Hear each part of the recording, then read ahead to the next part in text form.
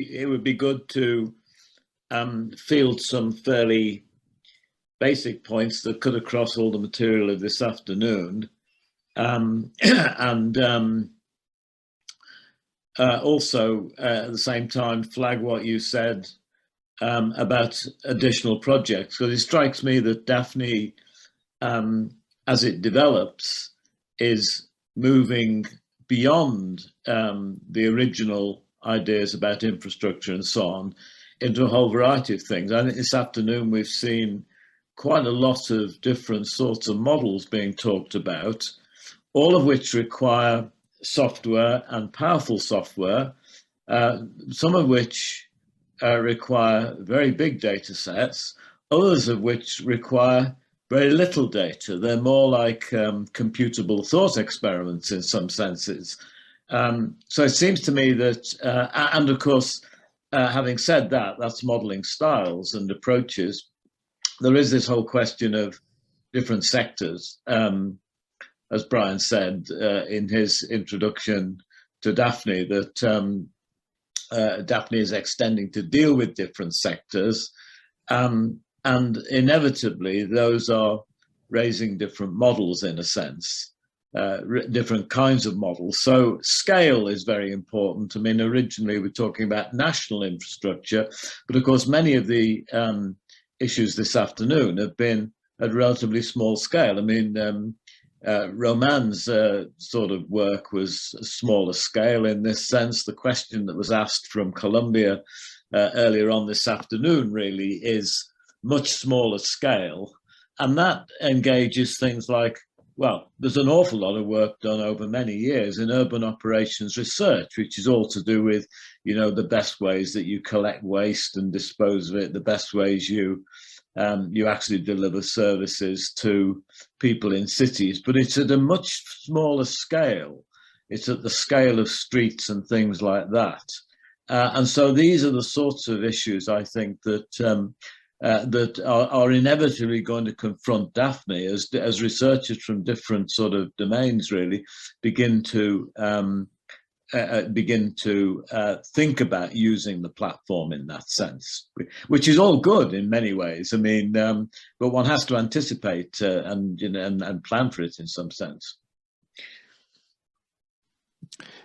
Yeah, I think we've taken an attitude today of kind of let a thousand flowers bloom and to see what comes on, and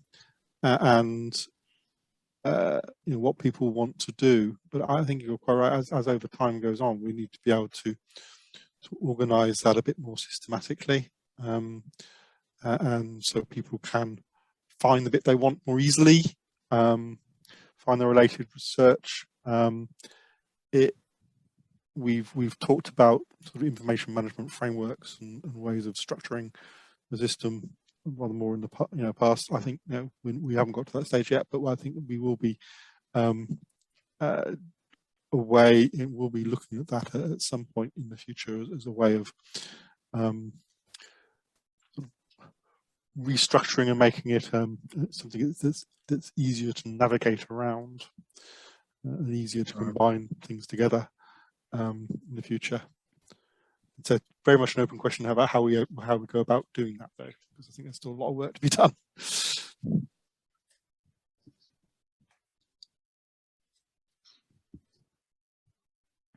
So I've had some points raised in the chat by George and Just. George, do you want to come in at this point? Yes, please. I have followed the Sanger Institute in England. If I remember correctly, they were working in the way to follow new kind of pandemics. And the tool of zombie is a joke, but it's interesting because I wish to know how can we trace a new infection? How can we locate the zero individual in the person, the zero person?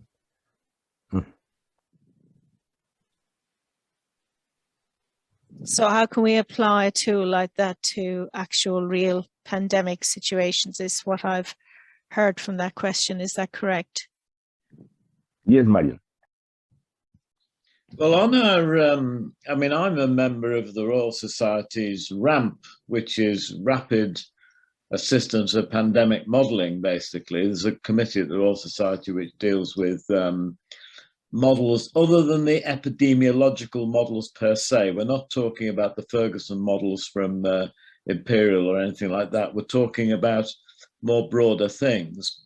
And one of the things I was involved in, which is still ongoing, was a model that a spatial epidemic model for the UK, which was developed at the Turing Institute. Mark Birkin in the urban analytics field led the project, and that involved very detailed data on infections and so on. That was handled over at Exeter, all that sort of stuff. We in CASA handled the spatial interaction stuff, a la Quant Harmony and so on, these other projects we've got. Spencer was used, that was mentioned this afternoon, for the demography. So a model was put together, which, and there are several in the UK and many worldwide, I think. I wouldn't say many, basically, but there's enough. And they were quite, I mean, they were done under the exigencies of the pandemic, basically, done quickly in this sense, and are still being developed in some way. We've not talked about how that model might fit onto DAFNI. But I think it could very easily. In fact, I think I've talked to Mark Birkin possibly about this. I don't know. There may have been some connections from them to DAFNI, but that was a classic example of, you know, something that was producing. You know, you could make forecasts from it, obviously, of incidents of the pandemic and so on, and it contained a lot of things that we've talked about this afternoon, really, in that sense. So I think there's a number of things of that sort that that do relate to George's question, basically, that really could be much improved by linking it to the DAFNI context. It would certainly make the model much more open than it is. I think a lot of the stuff in that particular model is on GitHub anyway. I mean, also the company Improbable did some of the visualization on that particular model. They're the big company that spun off from Cambridge University Computer Science, basically. It's basically a gaming company, basically, in a sense, in London. So I think there's a lot of things that might be connected up, and DAFNI is a great forum for beginning to connect up, as we've already seen. Yeah, strangely, we use the Ferguson model quite a lot of the demo. Yeah, that's right. Yeah. So we do know we have run that, and we do know that we can scale it up, which is really good to see. And but we weren't actually, when the RAMP program started, we weren't really quite in the right place at the time in DAFNI. Right. Really contributed at the beginning. I think that's changed quite a lot. I think that's right. I mean, one of the things, Brian, that when the RAMP thing was set up, Mike Cates, who was the sort of leader of that group, he basically we circulated, I think, the mathematics profession generally, but also physics and so on, as to who would like to respond in different ways. And there was something like 1,800 different responses across the UK. This was, 20 months ago or so. About 1,800 responses ranging from, more epidemiological modelling of the Ferguson kind, all the way through to, how you contract or get infected, or, if you're on trains and buses and all this sort of stuff. So there are many different models, and DAFNI was really only just getting going, I think, when because a lot of those models potentially could avail themselves of the DAFNI sort of thinking, really, in this sense. So again, it's this whole question of opening up and where does one go? One can't do everything. I mean, but there are a lot of areas, I think, which potentially look as though they might have originated in the physical sciences, but have a lot of social implications, really, policy implications in that sense. Yeah, I wonder if it's worth talking further about how we might bring some of those on to DAFNI as a sort of legacy from RAMP almost. Yes, I mean well, there's a RAMP committee I think next week, so I'll raise it, Brian. Right? I mean, Okay. I don't know what the good. outcome would be, but I'll raise it with them. Yeah, that's an interesting point. I'll talk to Mark Birkin too, because he's on the committee. Just, did you want to come in? You've got your hand up. Yeah, yes, I just put my hand up just to maybe to broaden a bit the discussion and bring some points. First of all, from a user perspective, so I also already have some elements of answer, but if platform developers and platform managers could provide some insight of when as a user, I need to bring my model into the platform. So why do I need to bring it? When do I need to do it? And what will be the advantages of doing so? So this is the first point. And then if I want to couple my model, to integrate my model with other models, I can do it by hand on my local computer and so on. So what does it bring then to use these workflow systems, either DAFNI or OpenMOLE? It's a second point. And the last point, it's links to application and decision making and policies. So how can we build trust on model we use, and can we validate this model then to have a robust application? And then what is the role of these workflow systems in that point? So yeah, if anyone wants to come in and give this point. I think I can answer a couple of those. I think the first one is difficult. When should you start using DAFNI? Is a little difficult because it requires kind of judgment from you.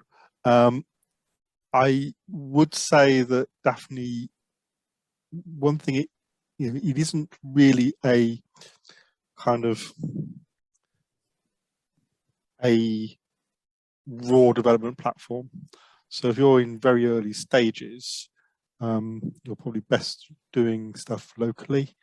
The point from the when to bring it onto the platform is really when, firstly, you would want to scale up, and because we can in many circumstances provide more resources. Secondly, when you want to share, so you want to be able to allow other people to run the model, access the model and run the model and use and change the data, etc. So you and share. And thirdly, when you want to combine, which is when you want that second point of yours about the branches of workflow. So yes, you could write your own script, but you have to, if you're using somebody else's model, then you have to manage all their, the setting up of their model as well. Whilst if it's on DAFNI already, then you should just be able to link to it and use it.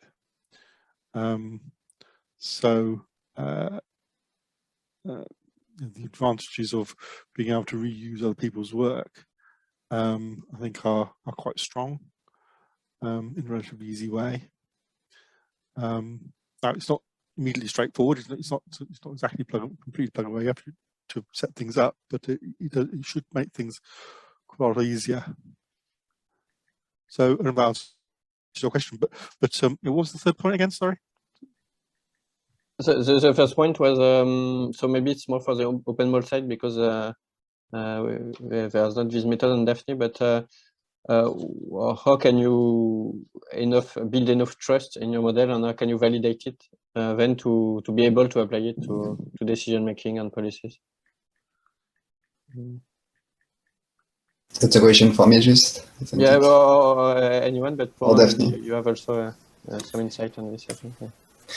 Okay, so on the trusting part of the model, yeah, I think that actually when we work with researchers using the OpenMOLE software, and when they work with OpenMOLE software, that's what they mostly do. They try to understand the model, to build some trust and to simplify it in many cases, and to understand the consequence of the choice, the modeling choice they made.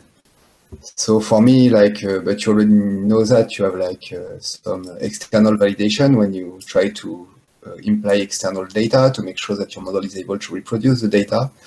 But in OpenMOLE, what we did, and that Denise talked about that, is that we try to understand the condition of this external validation, meaning maybe if you are hesitating between 2, 3, like a million hypotheses or everything you can combine, you might want to confront that to the data systematically, like explore, do some structural exploration of your model, make vary the different mechanisms that are in it and confront them using some advanced genetic algorithm.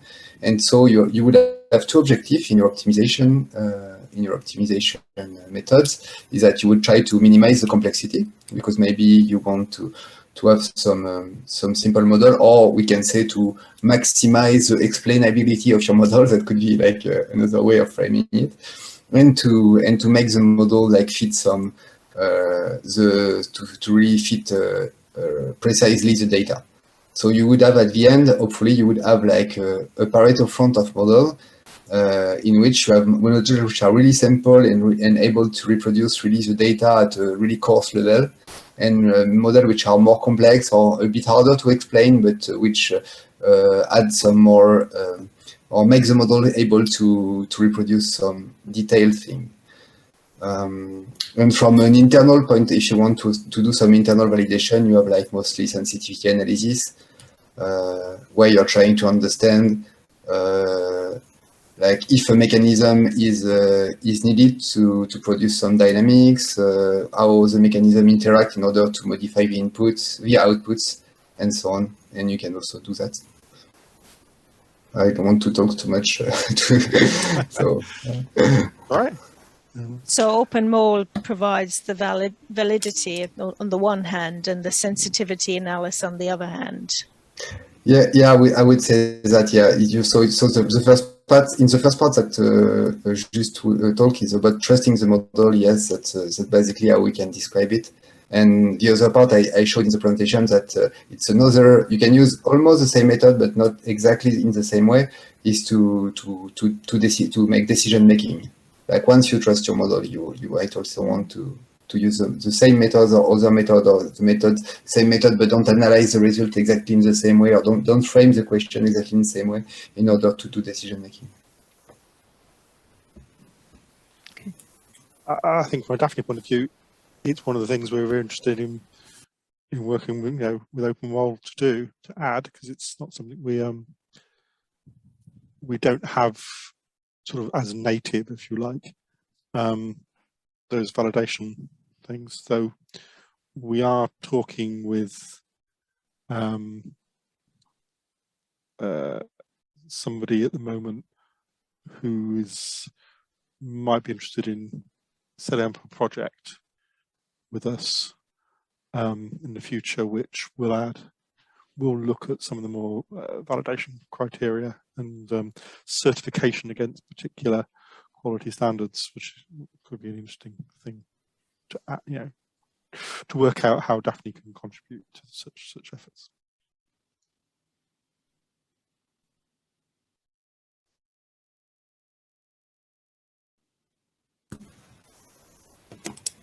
So did we answer all your questions, just? Yeah, sure. Okay. He's got his hand up again, Roman. Yeah, maybe I can bring now another point I think is important, is going back to the users, because the target of the platform is for them. And we know that in both cases, I guess they are very diverse. So it can be researcher, but researcher can be from social sciences, but even qualitative social sciences, like they have no idea how a computer works sometimes.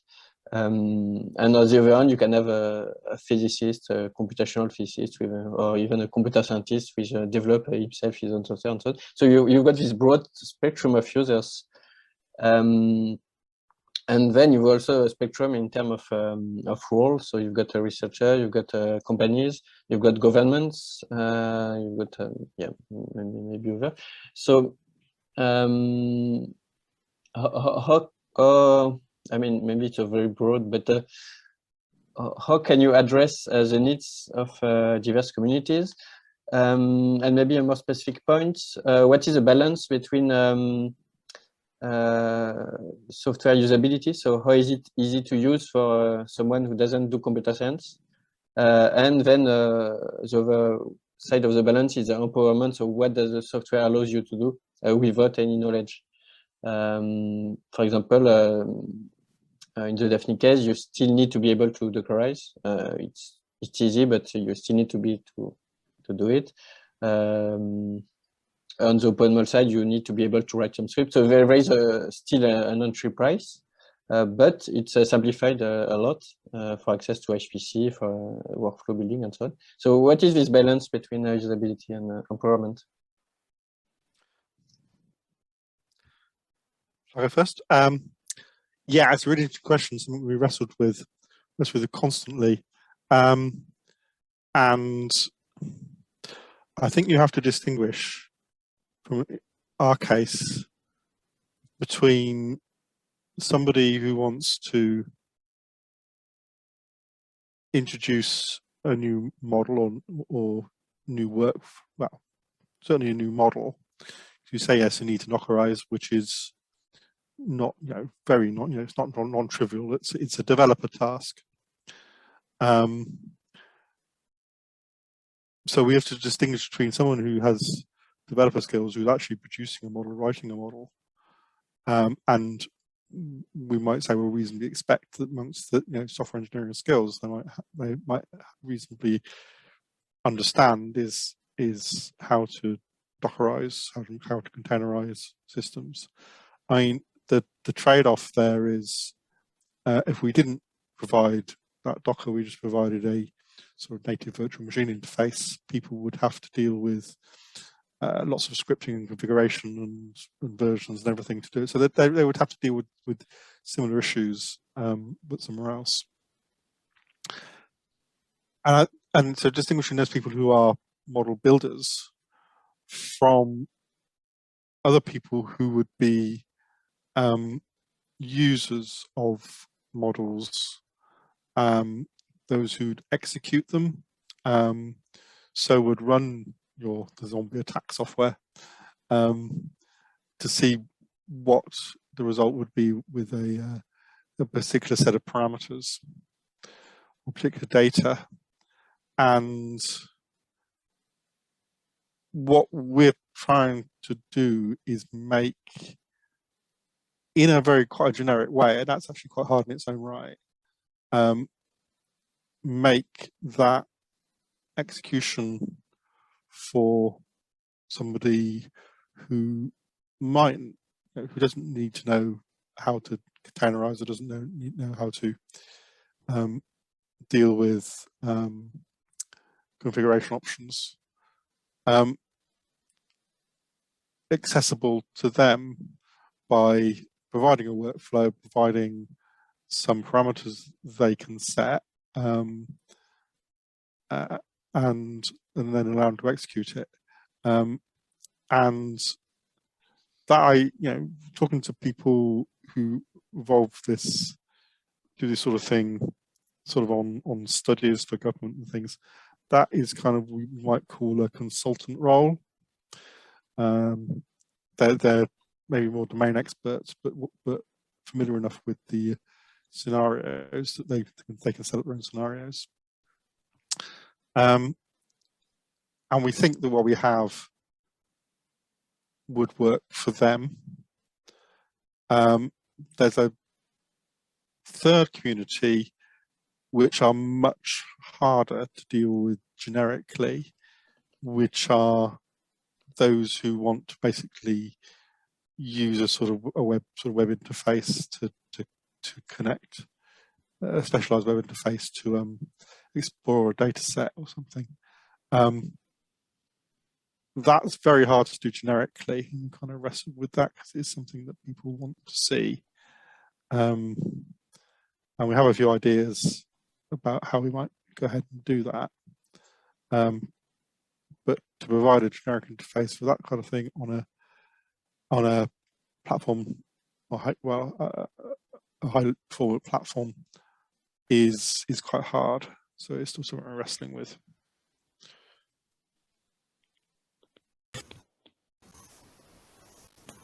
So yeah, user interface and accessibility is something that is, yeah, we try to accommodate, and there are sort of inevitable compromises on the way, I guess.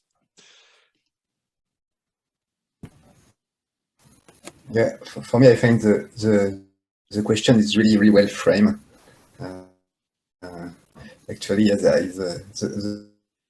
the fact in the way of seeing that as a compromise between kind of the complexity of the platform we propose and the empowerment of the user is kind of the edge we want to navigate. And so for OpenMOLE, what I can say is that we wanted at the beginning, we have maybe tried, but what we have observed is that in the community we were evolving, or we are evolving in the complex system community. There's no generic platform, so there's not a widespread platform as you can have in physics, in some physics community and so on. User will use different software, but all users are modelers. So for us, they are all able to script stuff. So that's why we stick with a scripted interface, and we provided like connector for well-known languages like Python, R, and so on.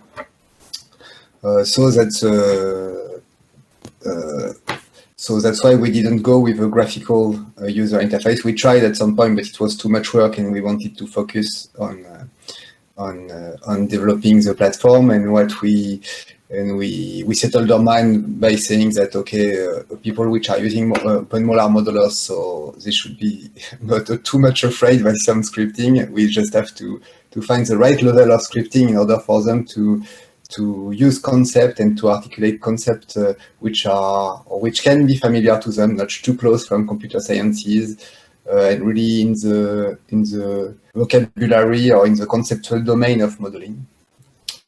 And also the platform has made a pluggable, so like a power user or developer can also develop tasks. For instance, we talk about developing a MatSim task, for instance, at some point, where you can have like a task which is especially crafted for user using MatSim, so they can so you have like a dedicated doc on the OpenMOLE page for MatSim users and so on, so they can get familiar with the software faster than the others.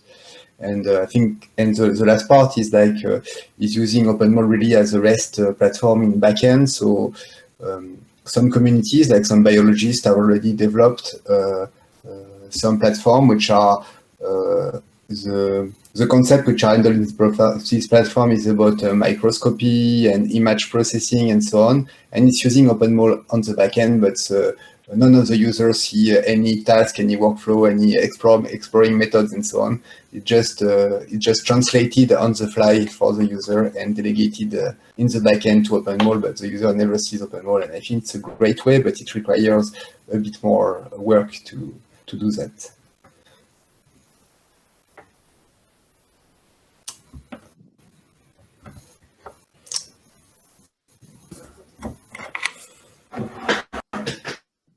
So are there any other discussion points? We've had some fantastic discussions so far.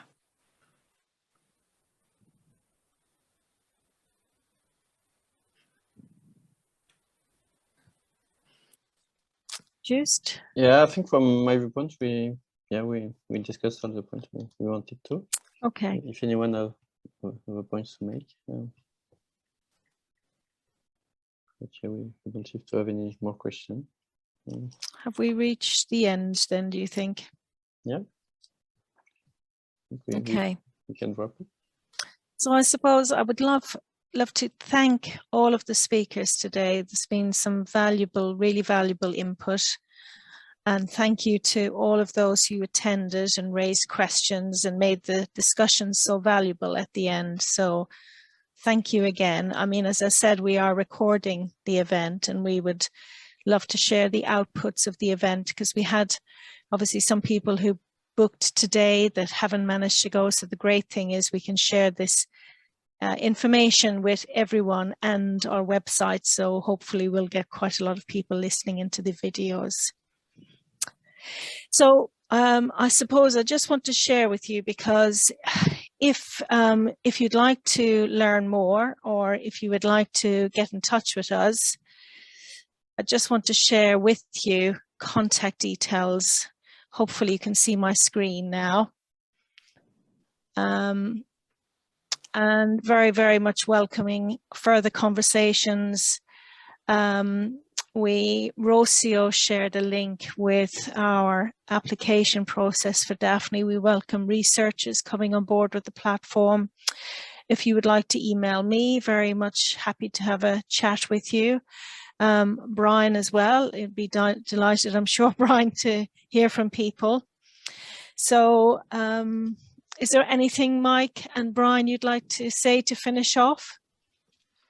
No, I think, well, I think we've had some good discussion, as you've said. And it's also indicated how varied the potential models are, and also the potential viewpoints. What we didn't talk about, and I just sow this in your minds, is this, and I don't know to what extent this is popular in France with Denise and Romain and so on.